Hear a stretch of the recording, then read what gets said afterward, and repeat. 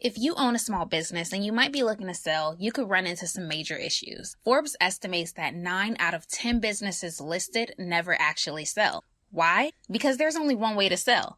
You need to do these 4 steps first. So if you want to be a part of the 10% of businesses that sell for profits, we've created a free checklist for you so you can sell without those hurdles that normally hold you back. Download the free checklist by visiting www.abundantculture.co/checklist. Welcome back to the Abundant Culture Podcast, where business owners like you come to learn how to grow the valuation of their companies so they can sell in the future. On this show, you'll learn how to sell for top dollar and invest in profitable businesses around the country. Now, here are your hosts, Jazz and Joe.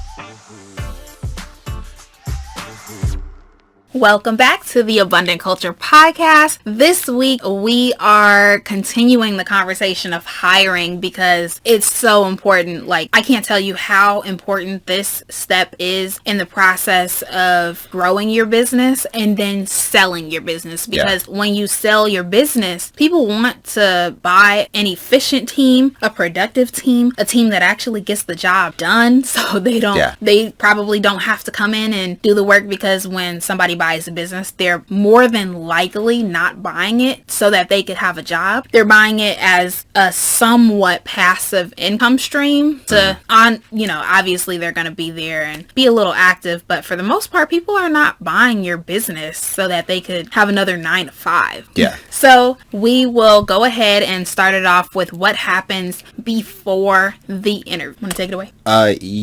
So before the interview, obviously there's the actual job posting of, who are we looking for? What do we want from them? And things of that nature. But I think another thing that's not necessarily looked at as much is the preparation for that interview. And I think one of the things that I personally do to prepare for interviews is I just look over my interview questions. Now, usually the interview questions that I ask are pretty similar from person to person, but I always try to make sure that I'm looking at it and trying to upgrade it as time goes on, because as time goes on, I get smarter.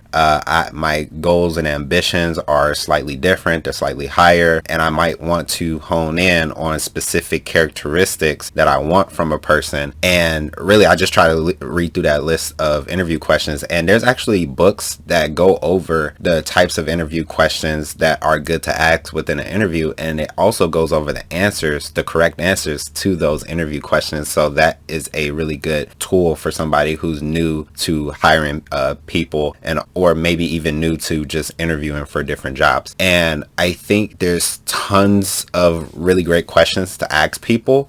Specifically, one of the favorite questions that I like to ask is just get an idea of where did this person used to work and what skills did they obtain from those different jobs. And I think that's a question that requires very critical thinking, because if I ask you, where did you work before, you'll just name off the different, companies that you worked for. But then I ask you, what skills did you learn from each of those companies? Then I'm asking you to go back through your memory to each of those companies and figure out what did you not know before going to that company, and then what did you know after training and working for a while at that company.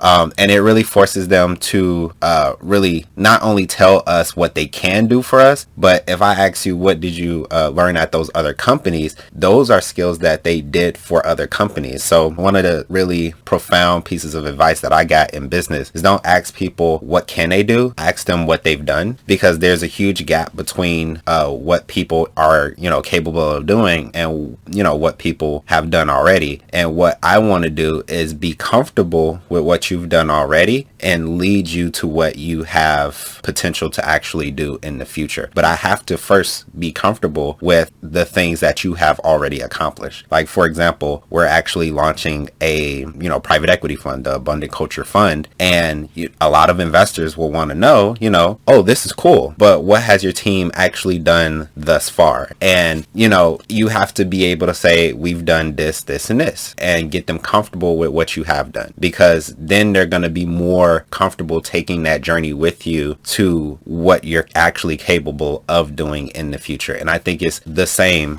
before you hiring an employee. You want to know what skills do they have and where did they get those skills from. And if they can't answer that question, then that might mean that they were kind of just going through the motions, but they never really learned anything. And I think jobs are so important because not only is it, how you pay your bills, but it's also how you acquire skills. I listened to a podcast episode by this guy named Naval. I forgot his last name, but he's a Indian guy who is also an angel investor. He invests in a lot of tech companies, and he talks about, the best skills that you can have are skills that you learn on the job in the real world. It's really, really hard for somebody to just go on YouTube and become a master at certain skills. A lot of skills have to be learned on the jobs. That's why there are trades. And, you hear people talk about automation and AI and stuff like that. Well,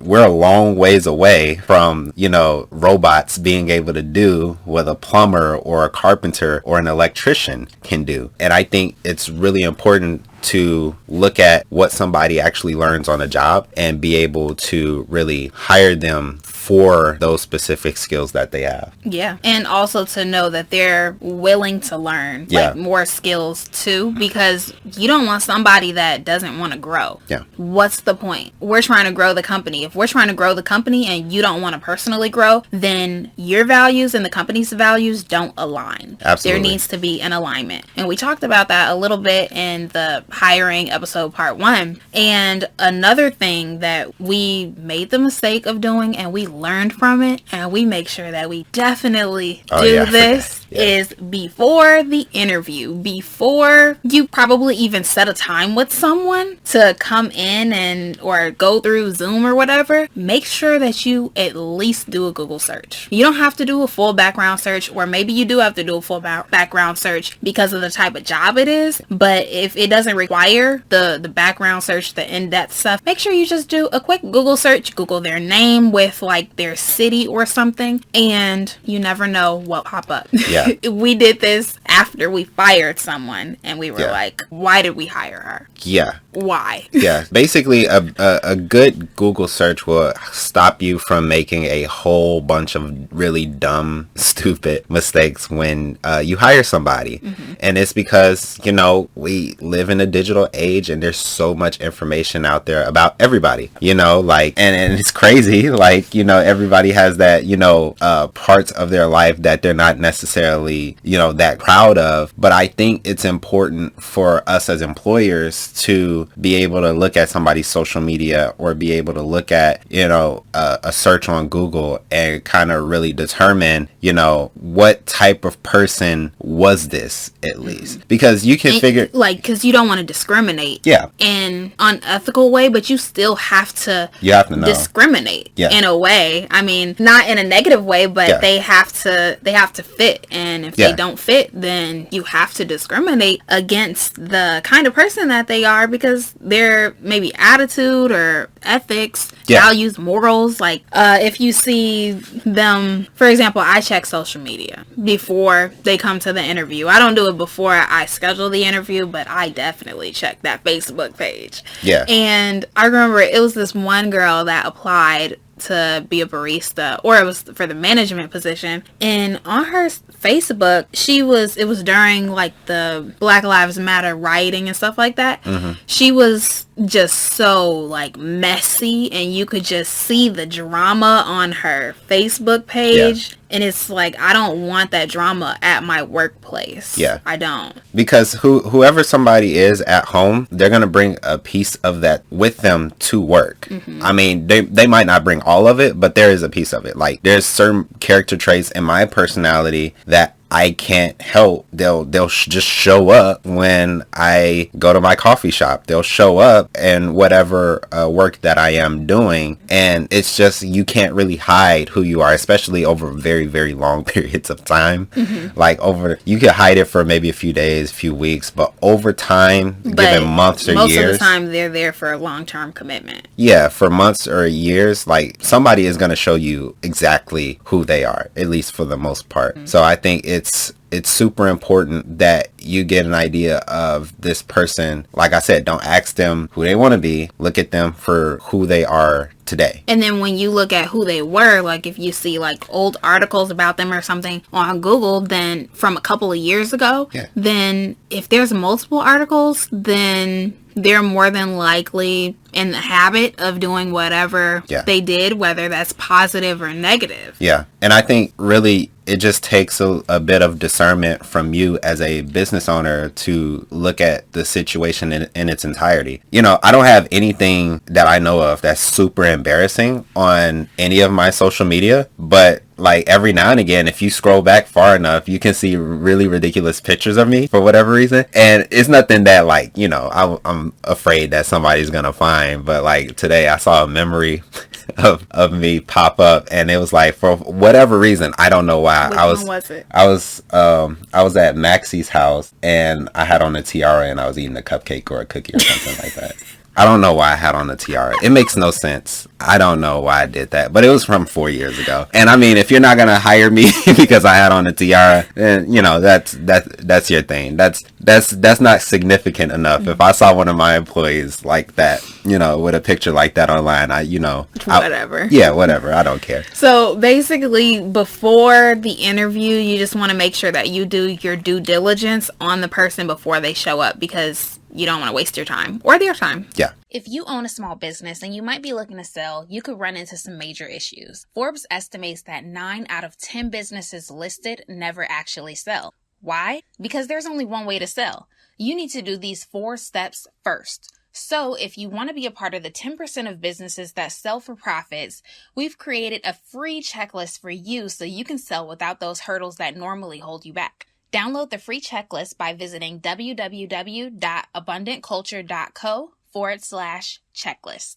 During the interview, you kind of covered this already a little bit, like the questions that can be asked. Do you want to go a little bit more in depth about like questions we asked? Yeah. So the first one is like, you know, what jobs have you had? What skills have you obtained from those jobs? I can't remember the order in which I asked a lot of these questions, so I'll just go through the ones that really pop into my head. One that I ask that is very minute, but I think is really important is, you know, what are some of your pet peeves? And I think that's a good question to ask, because what I realized is that when you have more than one employee, you basically have a team. You only need 2 people to have a team. Yeah. And if the bigger that team is, the better it can work and the worse that it can work. So it can kind of go both ways. And I think one of the things that a lot of employers don't necessarily look at is that you can have 2 people in the same company or on the same team, but one person has a character trait that's like their main character trait, and the other person, that character trait is their main pet peeve. They're always going to be irritated with each other. For example, we had this one employee, I'm not going to say his name, but he was an awesome employee. I think we only had him for a short period of time, but he was like amazing. He was really cool. Like, we always got great reviews about him. You know, people would tell us, oh, you know, so-and-so was on shift, and, you know, I just like how, you know, talkative he is. I always have great conversations with him. He makes my drink exactly the way I want it every single time. And like, our customers just really enjoyed him. Like, absolutely loved him. But our employees weren't too fond of him, the other employees. And, you know, this put us kind of in a tough spot because, you know, on one side, we're getting great reviews. There's people who come to the coffee shop just to see him. But on the other hand, our other employees are upset with us because he's here. So it's like, as a business owner, that was a really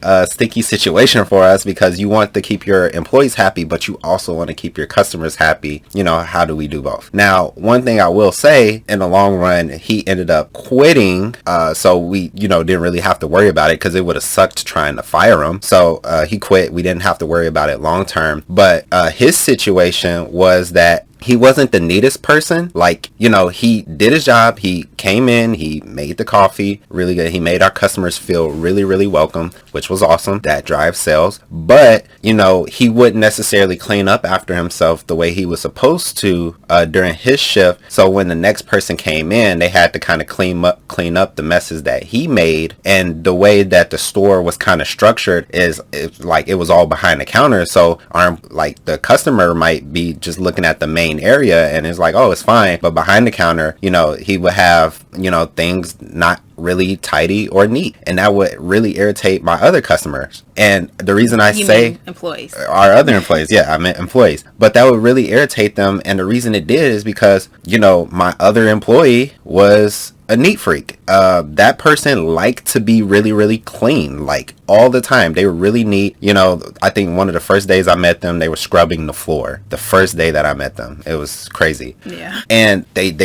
just liked a neat work environment. But this person didn't care about having a neat work environment. He was actually pretty disorderly. So those personalities clashed a lot. And I think when you're building a team, one of your main goals is to make sure that there's not this personality clash going on in your business. So if you hear somebody say, my pet peeve is somebody who doesn't clean up after themselves, and you know that you have employees that don't like to clean up after themselves, then you have two choices. You either A, get that other employee to start cleaning up after themselves so they can kind of coexist, or B, those Make people, a different hiring decision. Yeah, those people aren't going to be able to work together really well long term. So and you're going to have to that'll affect your productivity and Yeah. your efficiency at work. Yeah. So that's one question. What is your pet peeve? We also go over our mission statement and values with them so that they know what we expect of them, like the type of characteristics and values and personality that we expect them to show while they're at work. Yeah, and that's a really good one. That's really important. We also, another thing is we ask people what were their reasons for leaving their previous occupations. And the reason I ask that is because I just want to know, like, are you this person that you just like to have different jobs every single year? If so, I mean, there's nothing wrong with that. I just need to know, because when we start coming up on a year, I need to be looking for your replacement because you're going to leave. Or you could be the start of the drama, and then you can be saying that, oh, that place, everybody just didn't treat me right, and like you could have this total victim mentality. Yeah. And it's like, I don't want that. Yeah, and that's really apparent because and that's something I also look for, because if somebody says, oh, it was just drama at this specific job, then it's like, okay, you're always going to have that one job that was like just a little bit too much. Yeah. But if you worked at 5 different places and you left all of them because of drama, there's a very, very strong chance that individual was the actual, cause, or at least part of the cause of the drama. So follow the trend. Yeah, absolutely. Follow the trend. So I think it's just a really good thing to know why people leave their employment, especially because it allows you to kind of to be proactive about keeping your employees. Like, one person told me that, they had her doing everything outside of her job description and was not recognizing her for the work that she was doing. She was supposed to be making food. They had her painting walls. It's like, so like, that's really easy. Don't have this girl paint walls, or if you're going to have her paint walls, at least, recognize it. Recognize it and maybe pay her extra for painting the walls. So you can avoid really, dumb mistakes by, just asking this person why they left. And then you can make a mental note of that and say, oh, okay, well, I'm not going to do that. Mm-hmm. So very strategic. And then also a reminder that during the probationary period after they're hired, it's not just for you to get a good feel for them, but also for them to get a good feel for you, because this is a win-win situation. It's not like you being the ruler or the dictator over them. Yeah. They need to make sure that they like the environment too, because if they don't, then leave early. You don't have to stay here for the whole training when you really didn't want to, and then now we wasted all this training money on you. Yeah. So, and training is expensive, and I'm sure that you as the listener understand that. So after the interviews, we have a bunch more questions that we go over, but just to kind of keep it, keep it compact size. After the interviews, we usually wait a couple of days to make a hiring decision, because we want to make sure that we're not making kind of just like a decision based on like a quick bias or something. Yeah. And we dodged a couple of bullets by waiting a couple of days. Now, And, you know, if you have a time sensitive project, then hire immediately. Like with the VA marketing for the coffee cabins, I'm hiring one of those people today, same day that I interviewed them. But I already did, you know, enough due diligence to know. And plus, it's not like a physical in-person job. So I feel like it's a little bit different. Yeah. Plus, it's not a huge team. It's just them communicating with us and us communicating with them. Yeah. So I feel like it's not as much that needed to go into that. But for the coffee shops, like, you're here a lot. Yeah. And I'm you going to have be a lot of here. responsibility. Right. You have a lot of responsibility, a lot of tasks to do, and we need you to do them well. Forgot where I was going with this. But with that being said, I think you have to just be able to trust the person that you actually hire. Like, I think that's the biggest thing. And I think the best way to really build that trust is to really just put them in the field and see what they actually do. Yeah. After you've thoroughly interviewed them. After obviously. you've thoroughly did due diligence, after you've thoroughly interviewed them. And I just read in a book, The Wealthy Franchisee, that he uses this matrix to hire. So he like does a point system because it allows him to, if people are like too similar, then it allows you to dictate like who would actually be better at the job than who you just like. But right now we've kind of just been going off of like gut feelings just because we aren't that big yet, and we also don't get as many applicants. So we will implement that, but we haven't yet. So when we do, we'll let you know. For sure. And that is all we had for hiring. If you have any specific questions, or if you'd like to see our notes for the actual interviews, then we'd be more than happy to send you our template. So thanks for listening, and we'll see you next time. If you don't diversify your investment portfolio, you could end up losing it all. But most business owners don't know how to diversify to mitigate those risks. That's why we created this resource for you. This passive investing guide is a must-have if you're planning to invest in businesses. Don't hesitate. If you have more than 25 grand liquid, then you can't afford not to take advantage of this resource. Download the 4 reasons why in 2021 you need small businesses in your portfolio now by going to www.abundantculture.co/guide.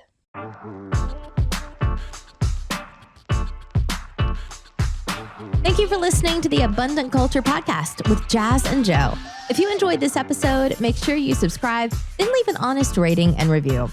And remember, we're ready to buy your business. So if you're ready to sell or passively invest in other small businesses, go to abundantculture.co for more information. We publish episodes every Friday, so we'll see you next week.